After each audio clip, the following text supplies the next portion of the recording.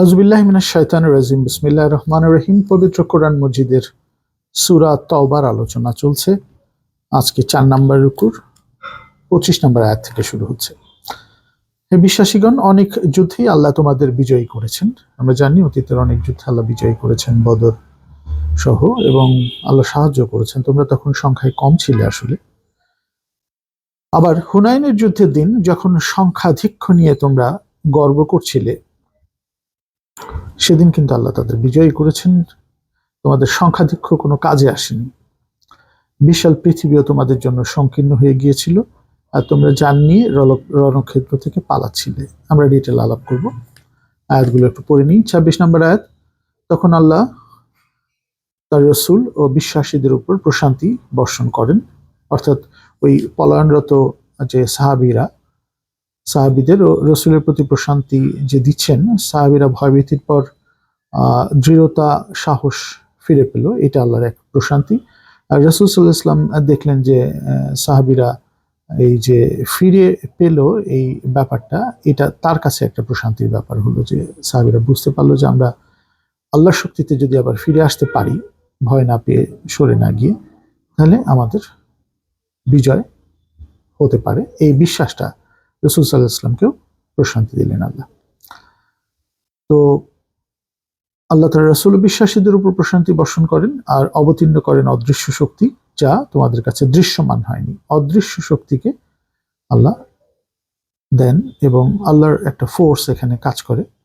এখানে unknown force through গায়েব, অজানা এক শক্তি গায়েবের থ্রুতে কাজ করে। সবাই বলে মালাইকা বা ফেরেশতা, আল্লাহর অ্যাডমিনিস্ট্রেশনের যারা কাজে রত, বিভিন্ন কাজের দায়িত্ব যাদের উপর পড়ে, তাদের মাধ্যমে অদৃশ্য শক্তি তোমাদের কাছে দৃশ্যমান হয়নি, কিন্তু আল্লাহ সাহায্য করেছেন অদৃশ্য শক্তি এবং স্পিরিট দিয়ে।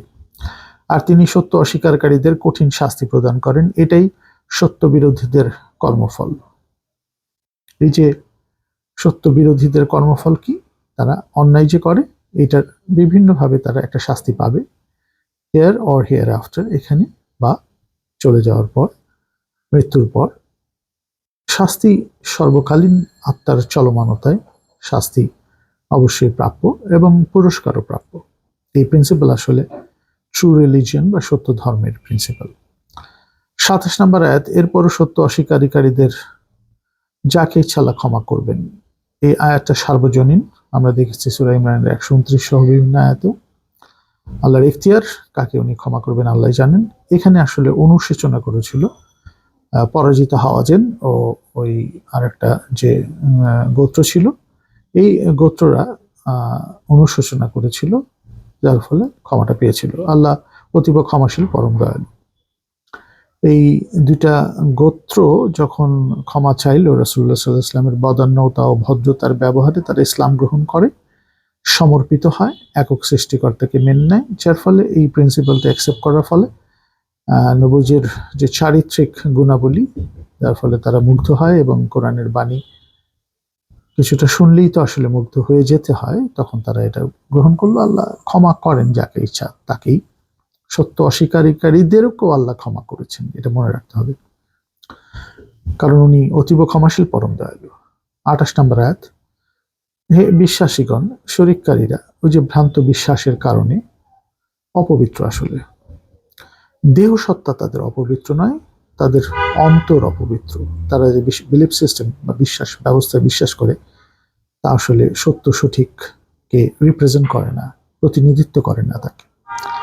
তাই এ বছরের পর ওরা যেন এই মসজিদুল হারামের কাছেও আসতে না পারে। মসজিদুল হারাম শুধু কাবা ঘর নয়, এটা একটা বিরাট এরিয়া, সে তার ধারে কাছেও যেন না আসতে পারে, কারণ তারা যে প্রিন্সিপালে বিশ্বাসী, সেটা সত্যিকারের সত্য এবং সুন্দরের প্রিন্সিপাল নয়।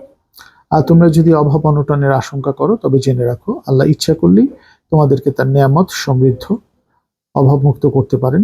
নিয়ামত সমৃদ্ধও করতে পারেন, অভাবমুক্তও করতে পারেন। নিশ্চয়ই আল্লাহ সর্বজ্ঞ, প্রজ্ঞাময়। ওই যে ওরা অপবিত্র, ওরা এই প্রিন্সিপালে নাই, তাই মসজিদুল হারামের এখানে তারা আসতে পারবে না, যার ফলে ব্যবসা বাণিজ্য বন্ধ হয়ে যাবে এবং তাদের ইনকাম বন্ধ হয়ে যাবে এই এলাকায় না আসলে। যার ফলে বিশ্বাসীরা ভয় পাওয়া শুরু করেছিল।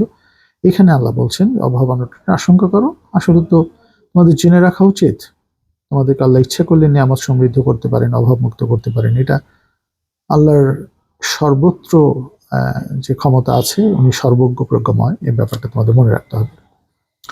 29 নম্বর আয়াত, বিশ্বাসীগণ যাদের উপর ইতিপূর্বে কিতাব নাজিল হয়েছে, যেমন বলা হয় যে ইহুদিদের বা খ্রিস্টানদের উপর বা আরো অতীত থেকে যে কিতাব বিধিবিধান এগুলো নাজিল হয়েছে, আহলে কিতাব বলা হয় যাদের উপর এর আগে কিতাব নাজিল হয়েছে, তাদের মধ্যে যারা আল্লাহতে বিশ্বাস করে না, পরকালেও বিশ্বাস করে না, আল্লাহ ও তার রাসূল তাদের জন্য যা নিষিদ্ধ করেছেন তা নিষিদ্ধ বলে গণ্য করে না, এবং সত্য ধর্ম অনুসরণ করে না, তাদের বিরুদ্ধে যুদ্ধ করো বা সংগ্রাম করো এই পথে ফিরিয়ে আনার জন্য, যতক্ষণ পর্যন্ত তারা জিজিয়া বা অব্যাহতি কর প্রদান করে শান্তি স্থাপনে সম্মত না হয়। জিজিয়া একরকম নিরাপত্তা কর, এই যে সমর্পিতদের মাঝখানে থাকার যে নিরাপত্তা তারা অর্জন করে।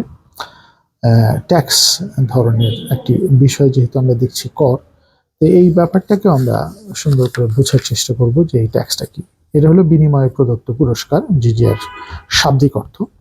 আর শরীয়তের যে অর্থ, এই যে সমর্পিতদের বা মুসলিমদের মাঝে নিরাপত্তার সাথে অবস্থান করার বিনিময়ে গৃহীত সম্পদকে জিজিয়া বলা হয়। এই আমরা 25 থেকে 29 নম্বর আয়াত একটু শর্টে এখানে আলোচনা করলাম। এর পরের পর্বে এটা একটু ডিটেলে আমরা আলোচনা করব। জাযাকাল্লাহু খাইরান। আসসালামু আলাইকুম ওয়া রাহমাতুল্লাহি ওয়া বারাকাতুহু।